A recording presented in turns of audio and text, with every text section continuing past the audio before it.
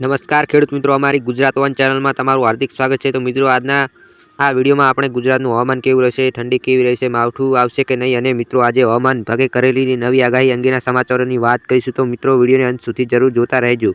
મિત્રો, શિયાળાની ઋતુમાં ભારે ઠંડી વચ્ચે માવઠું પડવાની આગાહી આજે હવામાન વિભાગે કરી છે।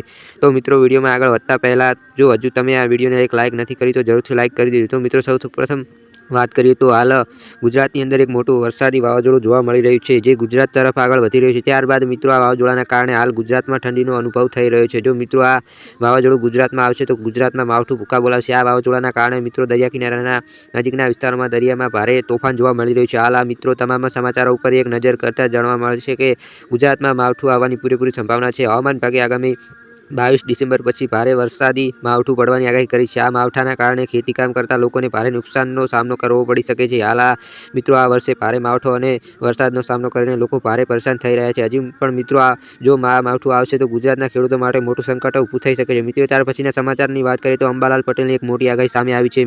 મિત્રો, તેના વિશે વિગતની વાત કરીએ તો અંબાલાલ પટેલને ગુજરાતમાં કડકડતી ઠંડી અને માવઠાની આગાહી કરી છે। 15 ડિસેમ્બરથી રાજ્યમાં ઠંડીનું જોર વધશે અને ઉત્તર ગુજરાત તેમજ કચ્છમાં તાપમાન 11 થી 15 ડિગ્રી સુધી ગગડી શકે છે। 24 ડિસેમ્બર પછી બંગાળની ખાડી અને અરબ સાગરમાં સિસ્ટમ સક્રિય થવાથી માવઠું પડવાની સંભાવના છે।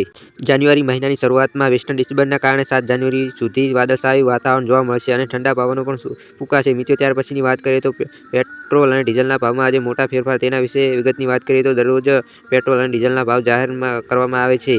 તેની સીધી અસર મિત્રો, સામાન્ય માણસના ખિસ્સા પર પડે છે। ઇંધણના ભાવ સવારે 5 વાગ્યે બહાર પાડવામાં આવે છે। ઇન્ટરનેશનલ માર્કેટમાં ઇંધણના ભાવ ક્રૂડ ઓઇલના આધારે નક્કી કરવામાં આવતા હોય છે। ત્યાર પછી મિત્રો, જે નવા ભાવ છે તે દરેકના વચ્ચે જાહેર કરવામાં આવે છે। ત્યારે આજે પેટ્રોલ અને ડીઝલના ભાવ શું ચાલે છે તેના વિશે માહિતી મેળવીએ તો મિત્રો, વાત કરીએ તો અમદાવાદમાં પેટ્રોલનો ભાવ 54.50 અને ડીઝલનો ભાવ 90.15 પ્રતિ લીટર છે।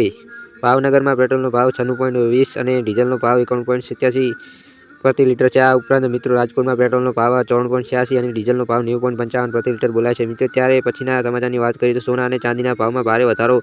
મિત્રો, તેના વિશે વિગતો વાત કરીએ તો ડિસેમ્બર મહિનાના બીજા અઠવાડિયામાં બુલેટ ટ્રેનની ગતિએ સોના અને ચાંદીના ભાવ વધી રહ્યા છે। ઉત્તર પ્રદેશની રાજધાની લખનઉમાં સોનું પ્રતિ 10 ગ્રામે 510 રૂપિયા મોંઘું થયું છે। વારાણસી અને મેરઠમાં પણ સોનાનો ભાવ વધી રહ્યો છે। આજે મિત્રો, બુલિયન બજારમાં ચાંદીના ભાવ પ્રતિ કિલોએ 2000 રૂપિયા ઉછળીને 2 લાખ રૂપિયાને વટાવી ગયા છે।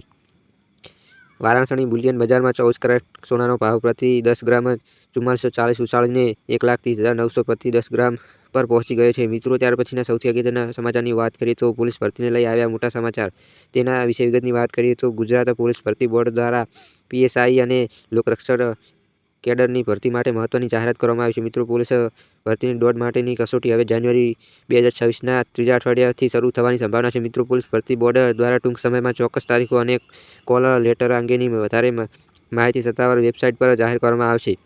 મિત્રો, આજના સૌપ્રથમ સમાચારની માહિતી મેળવીએ તો ચોમાસુ પાક નુકસાન સહાય તમને મળી શકે કે નહીં તે અંગેની જો વાત કરીએ તો ગુજરાત સરકારના મંત્રી જીતુભાઈ વાઘાણીએ કૃષિ રાહત પેકેજ અંગે એક મોટી જાહેરાત કરતા જણાવ્યું છે કે રાજ્ય સરકારે ખેડૂતોને અત્યાર સુધીમાં 3130 કરોડ રૂપિયાની સહાય ચૂકવી દીધી છે। કુલ મિત્રો 30 લાખથી વધારે અરજીઓ સરકારને મળી છે। આંકડાકીય માહિતી આપવાની સાથે વાઘાણીએ મિત્રો વિપક્ષ કોંગ્રેસ પર આકરા પ્રહારો કર્યા છે। તેમણે મિત્રો કહ્યું હતું કે કોંગ્રેસની યાત્રા નિષ્ફળ રહી છે, કારણ કે તેમના શાસનમાં ખેડૂતોને રાહતના કામના નામે મંજૂર બનાવી દેવામાં આવ્યા હતા, જ્યારે ભાજપ સરકાર સીધી સહાય આપી રહી છે। તો મિત્રો, આ સહાય તમને મળી કે નહીં તે અમને કોમેન્ટમાં જરૂરથી જણાવી દેજો। ત્યાર પછીના સૌથી અગત્યના સમાચારની વાત કરીએ તો સરકાર દ્વારા એક નવી યોજના શરૂ કરવામાં આવી છે। મિત્રો, આ યોજના અંગે વિગતની વાત કરીએ તો ખેડૂતોની આવક વધારવા માટે કૃષિને પ્રોત્સાહન આપવા માટે કેન્દ્ર સરકાર દ્વારા શરૂ કરવામાં આવેલી મહત્વાકાંક્ષી પ્રધાનમંત્રી કિસાન ઉર્જા સુરક્ષા યોજનામાં અરજી કરવાની સમય મર્યાદા હવે નજીક આવી ગઈ છે। મિત્રો, સૌર ઉર્જાના ઉપયોગથી સિંચાઈની કિંમત ઘટાડવા અને